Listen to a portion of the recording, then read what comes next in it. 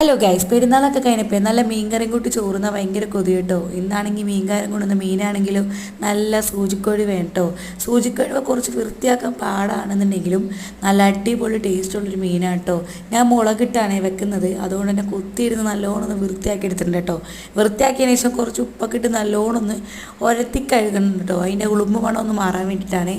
അതിനുശേഷം ആ ചട്ടിയിൽ തന്നെ കുറച്ച് ഉള്ളി അരിഞ്ഞിട്ടതിന് ശേഷം മുളക് പൊടി, മഞ്ഞൾപ്പൊടി, മല്ലിപ്പൊടി, കുറച്ച് പുളിവെള്ളവും കൂടെ നല്ല പീനൊഴിക്കുന്നുണ്ട് കേട്ടോ. നല്ലോണം പുളിയൊക്കെ ഇറങ്ങി വരുമ്പോഴത്തേക്ക് നല്ല സെറ്റായിരിക്കും കേട്ടോ. കുറച്ച് ഉപ്പും കൂടി ഇട്ടതിന് ശേഷം അതൊന്ന് അടപ്പത്തിട്ട് കയറ്റിയിട്ടുണ്ട്. പിന്നെ കുറച്ച് ചെമ്മീനും കൂടെ വറുക്കുന്നുണ്ട് കേട്ടോ. അതൊക്കെ മസാലയൊക്കെ തേച്ച് മാറ്റി വെച്ചതിന് ശേഷം കുറച്ച് പാത്രങ്ങളൊക്കെ കഴുകി ആ തിണ്ണയൊക്കെ നല്ലോണം ഒന്ന് തുടച്ചെടുക്കുന്നുണ്ട്. ഇതൊക്കെ കഴിഞ്ഞിട്ട് വേണം കുളിയും ഫുഡൊക്കെ കഴിക്കലട്ടെ. അതുകൊണ്ട് തന്നെ വേഗം എല്ലാ സ്പീഡിലും ചെയ്യുന്നുണ്ട് കേട്ടോ. എല്ലാ പാത്രങ്ങളും കഴുകി വെച്ചതിന് ശേഷം ബേസിന് നല്ലോണം ഒന്ന് വൃത്തിയാക്കി കഴുകിയതിന് ശേഷം മീനൊന്ന് തിളച്ച് വന്നപ്പോഴത്തേക്ക് മീനിട്ട് കൊടുക്കുന്നുണ്ട് കേട്ടോ. സൂചിക്കൊഴുവ് ആയതുകൊണ്ട് തന്നെ കാണുന്നില്ല കേട്ടോ.